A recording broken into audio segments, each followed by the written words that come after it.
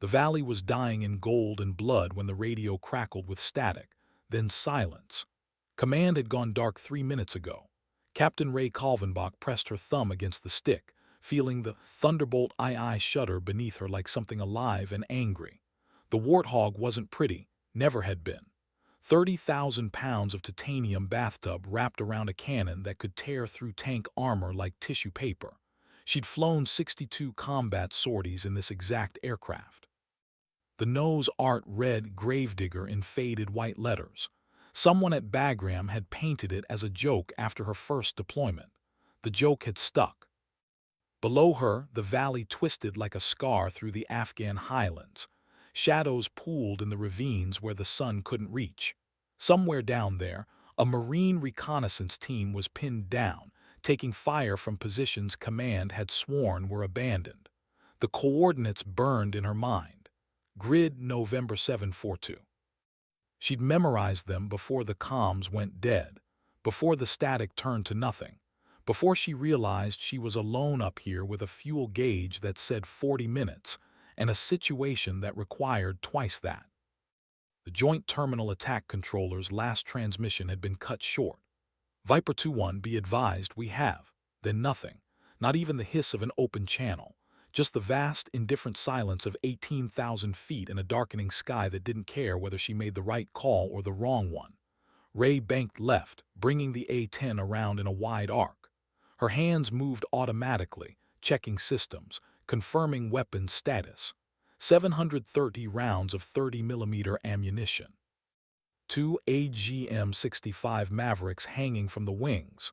A pair of Mark 82 500-pound bombs. It should have been enough. Should have been. But the valley was wrong. Too quiet, too empty. The kind of empty that meant someone was watching, waiting, measuring distances and angles. Her grandfather had flown Phantoms over Hanoi. He told her once that the sky could lie. That sometimes the most dangerous moment was when everything seemed calm, when the world held its breath before the chaos came screaming back. She'd been 11 years old, sitting on the porch of his Montana ranch, and she hadn't understood. Not then. Now, descending through 17,000 feet with the sun bleeding out behind the western peaks and no backup, no drones, no satellite imagery, no command structure telling her what to do or how to do it. Now she understood perfectly. The Marines were down there, somewhere waiting. And she was their only answer. Ray pushed the stick forward, diving toward the valley floor. The altimeter spun counterclockwise. The engine growled. The sky watched. Below, in the gathering darkness, something moved. She caught it in her peripheral vision, a flash of reflected light there and gone, muzzle flash.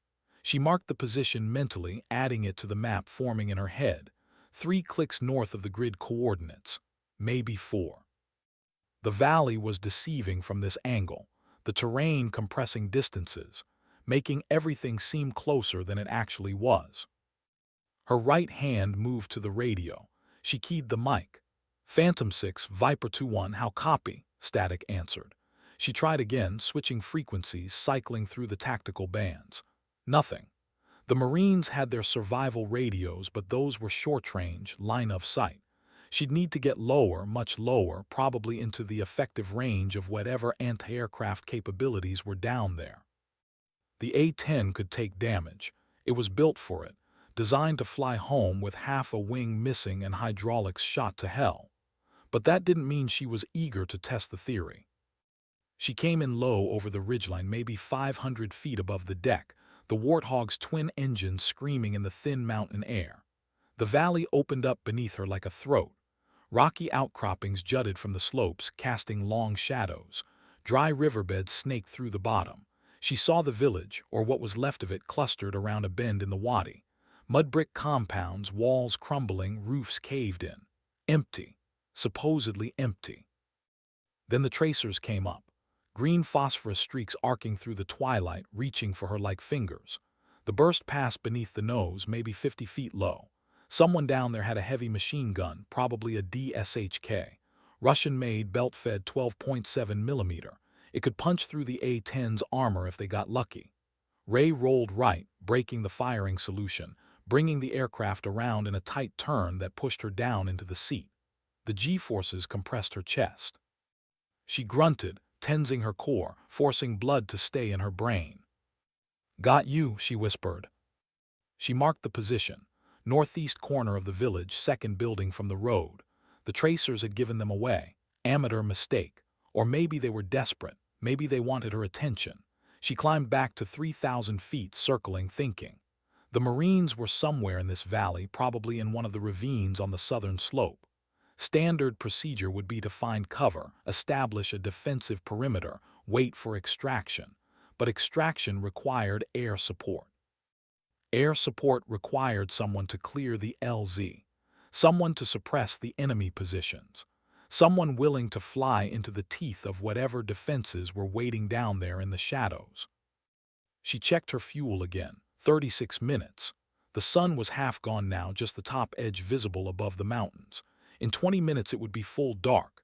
The A-10 had targeting pods, infrared night vision capabilities, but the Marines didn't. They'd be blind down there, relying on night optical devices that were good but not perfect. And the enemy, whoever they were, Taliban or something else, they knew this terrain. They'd grown up in these valleys. Darkness was their ally. Ray made her decision. She nosed the Warthog down again, this time coming in from the west with the dying sun behind her. Anyone looking up would be staring into the glare. She armed the GAU-8 Avenger cannon, the 7-barrel rotary beast that was really the whole point of the aircraft. Everything else was just there to get the gun to the fight. Her finger rested on the trigger. The pipper on her heads-up display tracked across the village, settling on the building where the tracers had originated. She squeezed. The cannon roared, a sound like the world tearing in half, a deep chainsaw snarl that vibrated through the airframe. Depleted uranium rounds streamed out at nearly 4,000 rounds per minute, each projectile the size of a beer bottle, moving at 3,000 feet per second. The building disintegrated. Walls exploded into dust and flying stone. She held the trigger for 2 seconds, walking the stream of fire across the compound.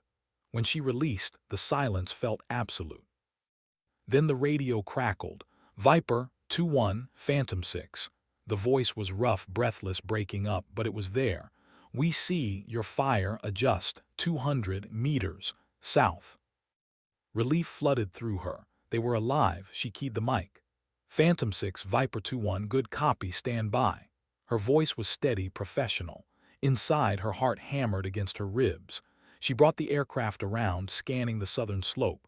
200 meters from the village. There, a flash of infrared signature, heat blooming against the cool stone. She zoomed the targeting pod. Muzzle flashes, multiple positions.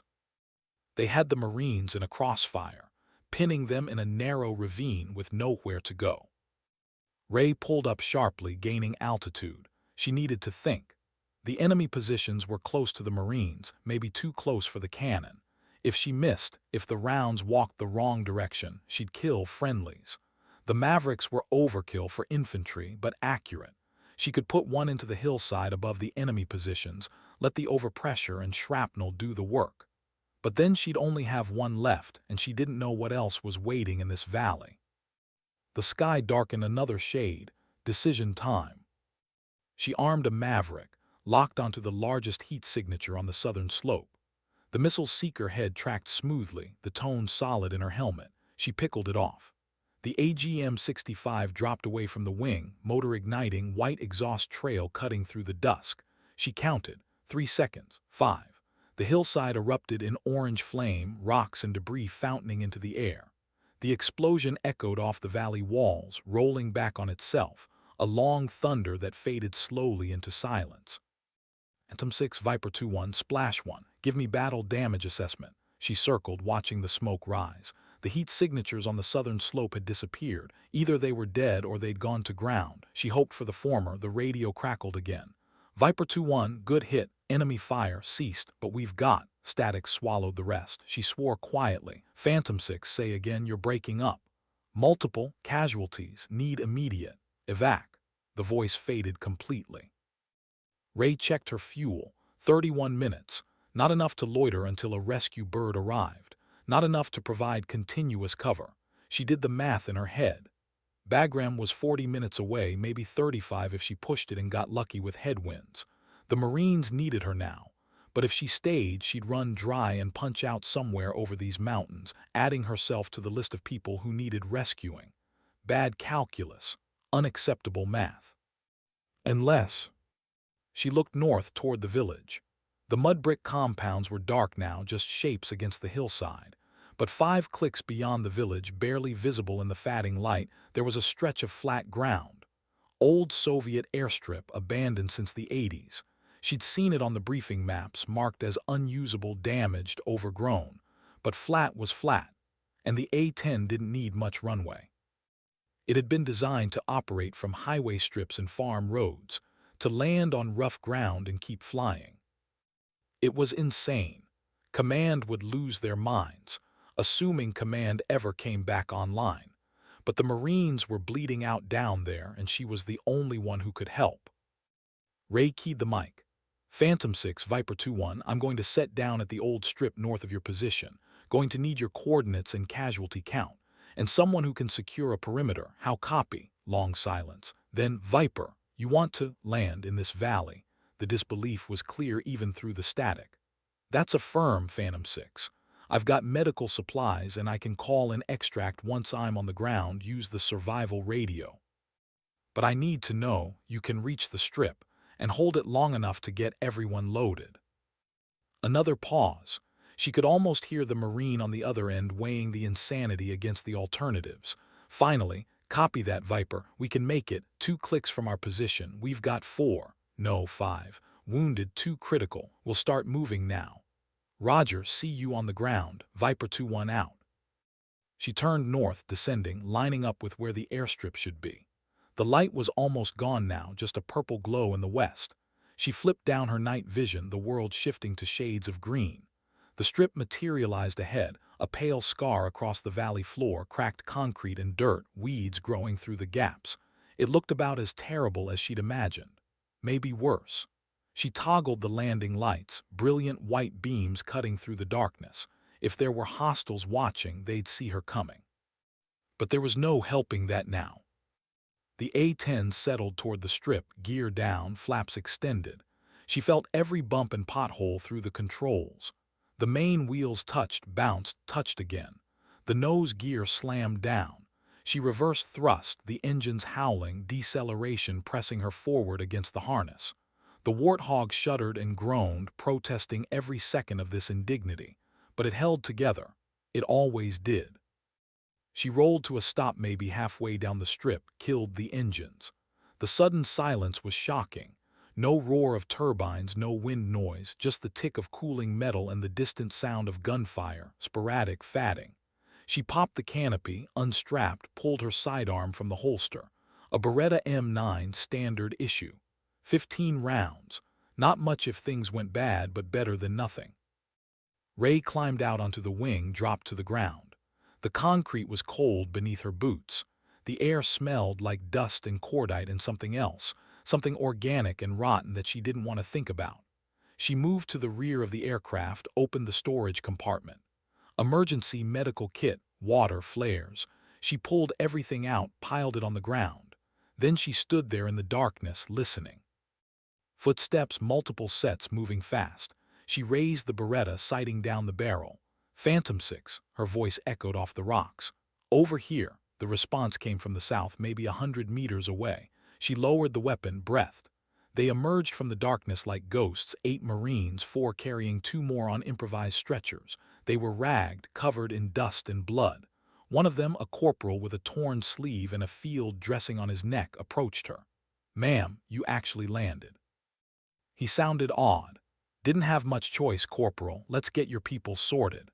They worked quickly, efficiently. Ray had field medic training, everyone did, but one of the Marines was a Navy corpsman, and he took charge of the wounded. She set up a perimeter defense with the others, watching the darkness, listening for engines or voices or the scrape of boots on stone. The survival radio crackled. She'd set it up on the wing, antenna extended. "Any station, this is Viper 2-1 emergency frequency. I am on the ground, coordinates November 742 with 8. She glanced at the corpsman who held up 6 fingers. Correction, 6 ambulatory Marines and 2 critical casualties. Requesting immediate CASEVAC and extract. How copy? Static. She tried again. And again. On the 4th attempt, a voice answered. Viper 2-1, this is Bagram Tower. We copy your transmission. Stand by. Standing by. She looked at the Marines. They were watching her, faces pale in the darkness. The corporal spoke quietly.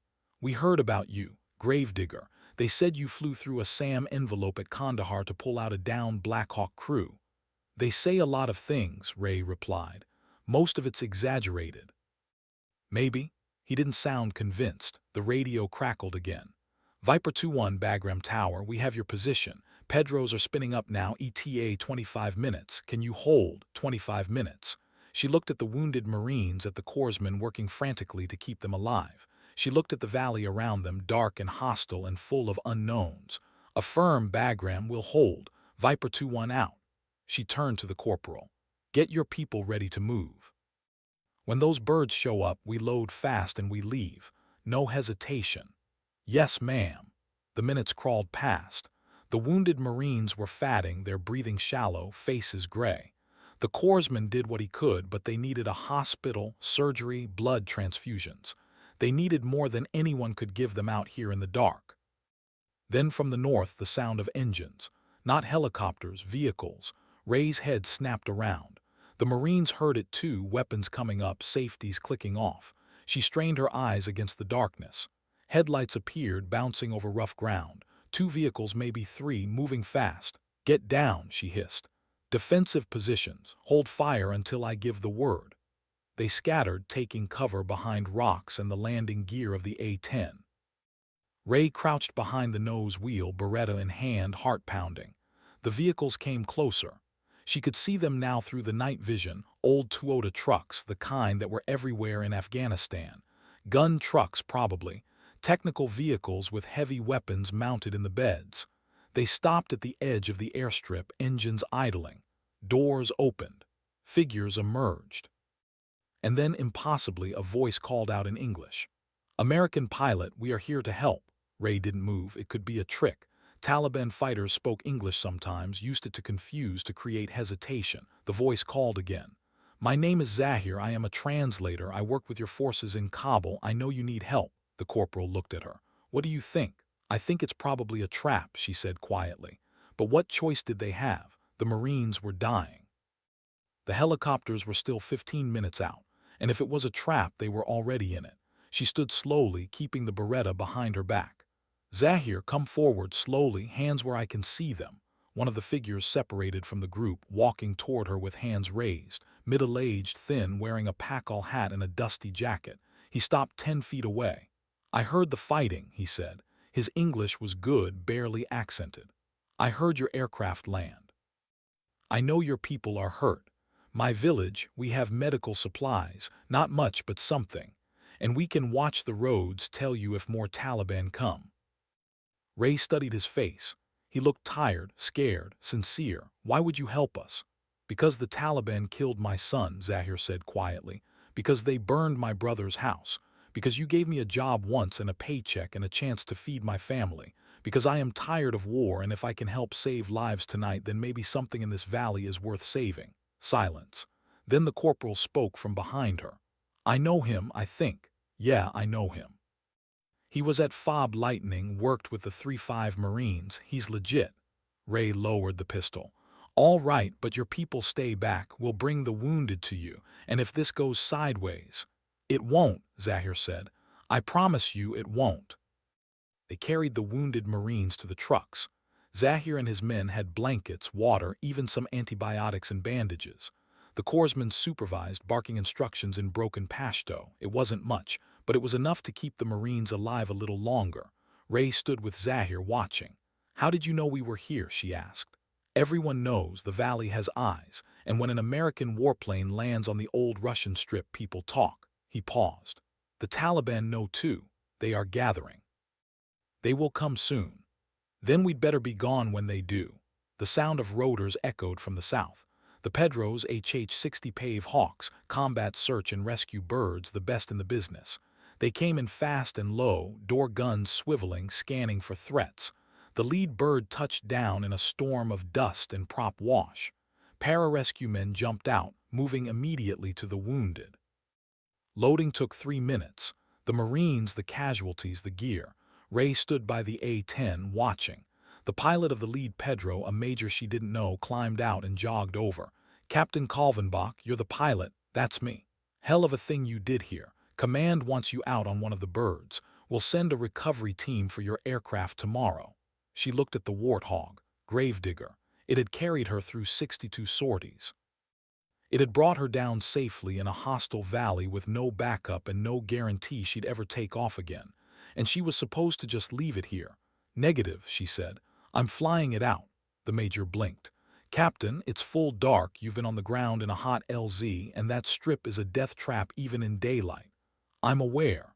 "Orders from Bagram."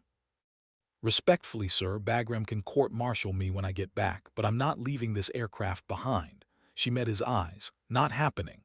The major stared at her for a long moment. Then he smiled just a little. "Your funeral, good luck." He turned and ran back to his bird. The Pedros lifted off, banking south toward Bagram. The rotor noise faded. The valley returned to silence. Ray walked to Zahir. "Thank you for everything." He nodded. "Your airplane. Can you really fly it out of here in the dark?" "Only one way to find out." She climbed back into the cockpit, strapped in, started the engines. They spooled up with a familiar whine, turbines catching, power building. She taxied to the far end of the strip, turned around. Ahead, the runway stretched into blackness. Cracked concrete, potholes, debris. Too short, too rough, too insane. She pushed the throttles forward. The A-10 accelerated, picking up speed, the broken ground hammering through the gear. 50 knots, 60. The nose wanted to skip left where the concrete was worst. She corrected, holding it straight, 80 knots. The far end of the strip was rushing toward her. 90. She pulled back on the stick. The Warthog clawed into the air, clumsy and heavy and beautiful. The ground fell away. She climbed, banking right, pulling up and over the valley walls. Below, Zahir and his men stood by their trucks, watching. She dipped the wings, a salute they probably couldn't see. Then she turned south toward Bagram, toward home. The stars were out now, brilliant and cold. The cockpit glowed softly in the darkness. She checked her fuel. 8 minutes. Just enough. Always just enough. The radio crackled. "Viper 2-1, Bagram Tower, do you copy?" "Bagram Tower, Viper 2-1, copy loud and clear." "Viper 2-1, you are cleared for immediate landing, runway 21. Emergency equipment is standing by. Welcome home." "Roger, Bagram, Viper 2-1 inbound." She flew through the night, alone in the darkness with just the stars and the engine noise and the weight of the day slowly lifting from her shoulders. When she touched down at Bagram, there were people waiting. Ground crew, officers, medical staff. They'd heard the story, or pieces of it, fragments of radio chatter and second-hand reports. The crazy A-10 pilot who'd landed in a hot valley alone, who'd fought off insurgents and saved a Marine recon team and somehow, impossibly, flown her broken-down Warthog back to base in full darkness on fumes. She shut down the engines, popped the canopy, climbed out, her legs shook.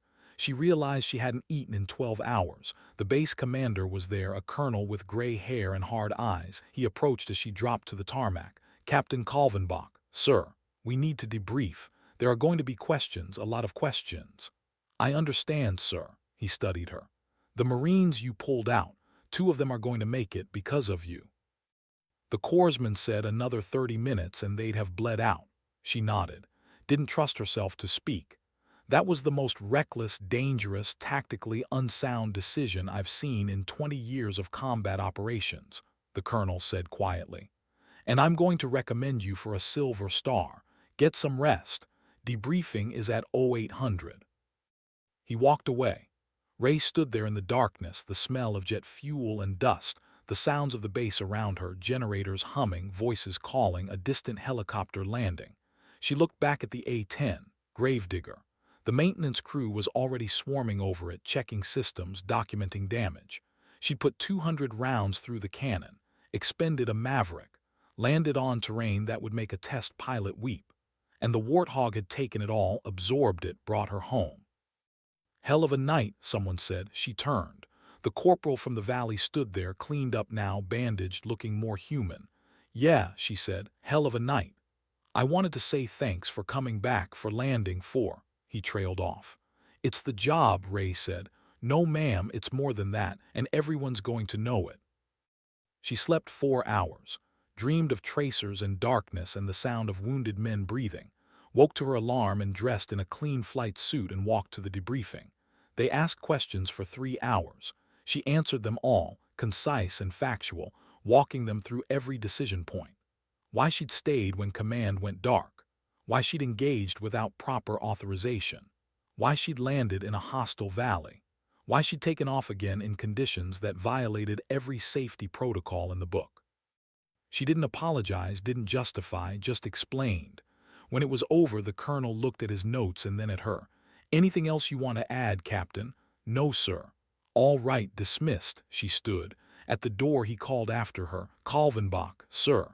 That call sign, Gravedigger, you know why it stuck? They said it was because I dig graves for enemy assets, sir. That's what they say now. But when you first deployed, it was because other pilots thought you'd dig your own grave. Thought you took too many risks, thought you'd get yourself killed. He paused. They don't think that anymore. She didn't know what to say to that, so she just nodded and left. The story spread. Not officially. There were classification issues, operational security concerns. But stories like that couldn't be contained. They leaked out in fragments, whispers, the kind of legend that grew in the telling. The A-10 pilot who'd fought alone, who'd landed in the dark, who'd saved 8 Marines with nothing but guts and a 30-year-old attack aircraft. Gravedigger. Some people said it was insane, a violation of protocol, a dangerous precedent. But the people who'd been in the valley, who'd seen the tracers and felt the ground shake when the Maverick hit and watched that ugly, beautiful warthog claw its way back into the sky, those people knew better. Word reached the other squadrons. Fighter pilots, helicopter crews, transport jockeys, they all heard. And when Ray walked into the mess hall or the ready room, the conversations would pause. People would nod.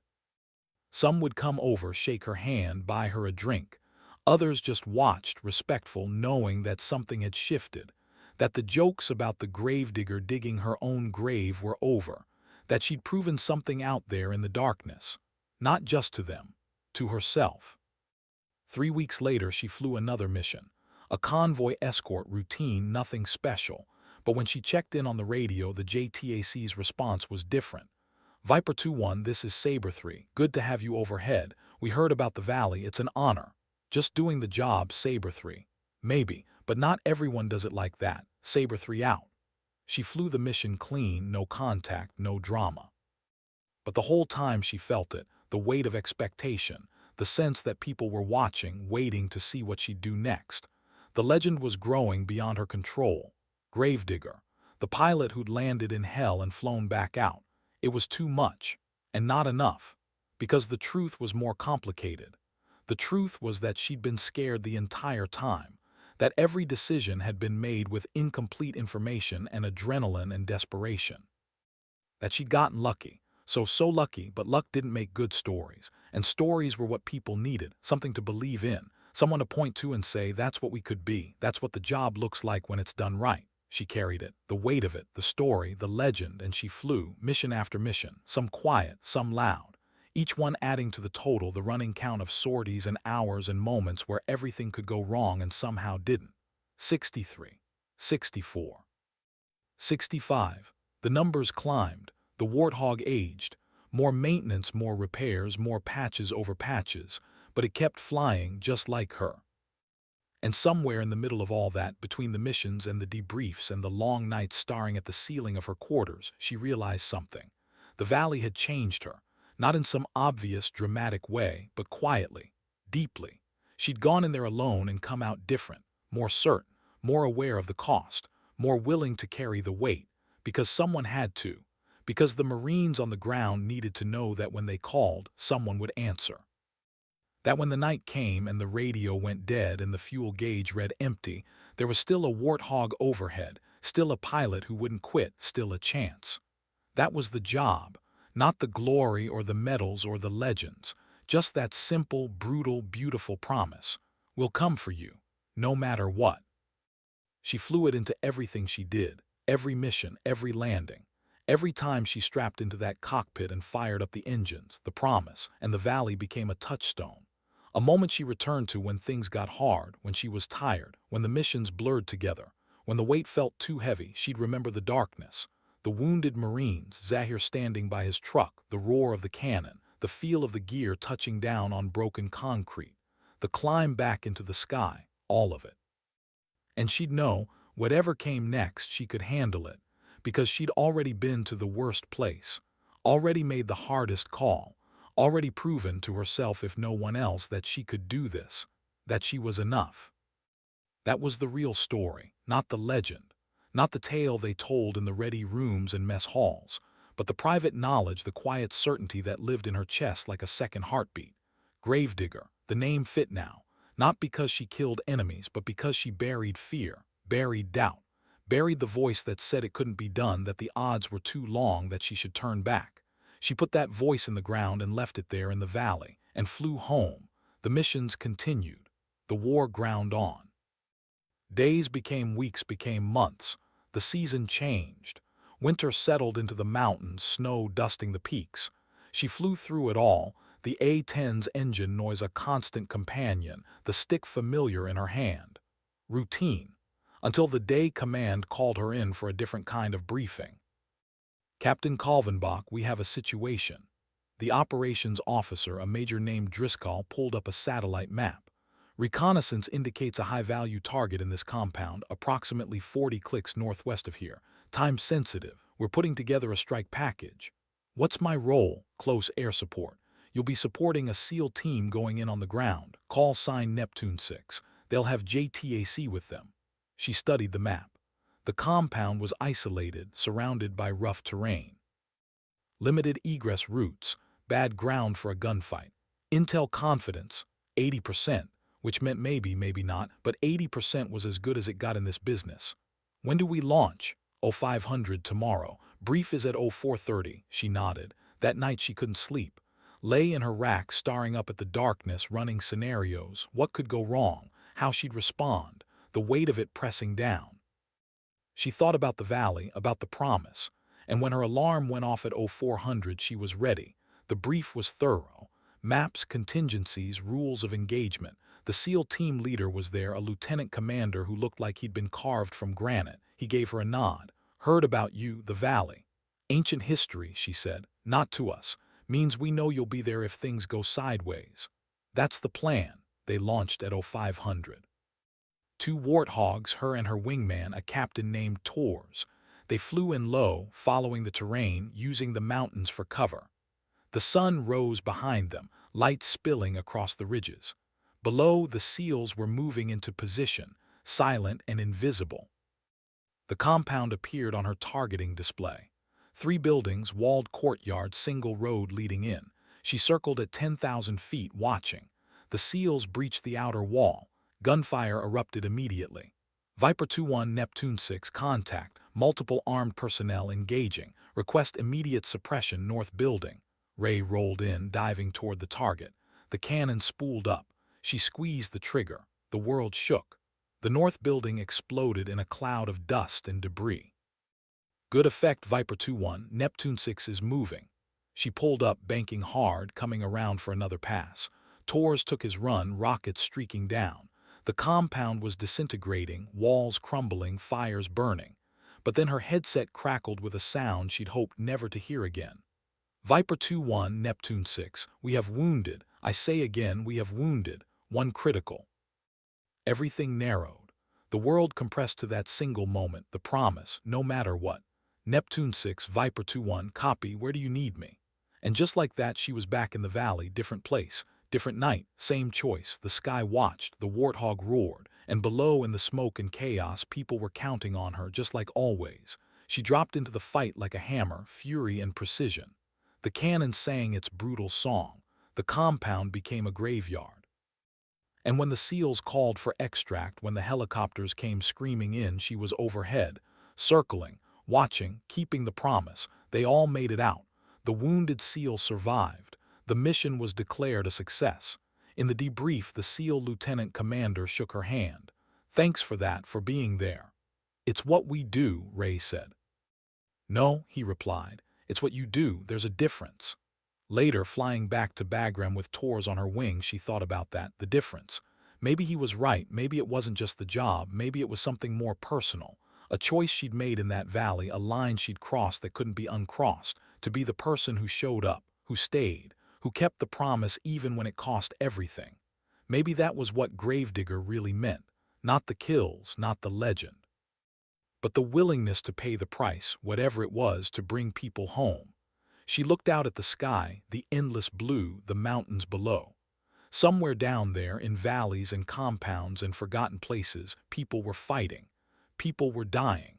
And as long as they needed someone overhead, someone watching, someone willing to dive into the chaos, she'd be there flying, always flying. The Warthog's engines hummed. The stick was steady in her hand. The sky stretched out forever. And Ray Kalvenbach, call sign Gravedigger, flew toward home, knowing that tomorrow or the next day or the day after that the call would come again, and she'd answer, because that was the promise. The only one that mattered will come for you, no matter what, no matter what. The words echoed in her mind as the base came into view, and she began her descent, the sun setting behind her, painting the sky in shades of fire and gold.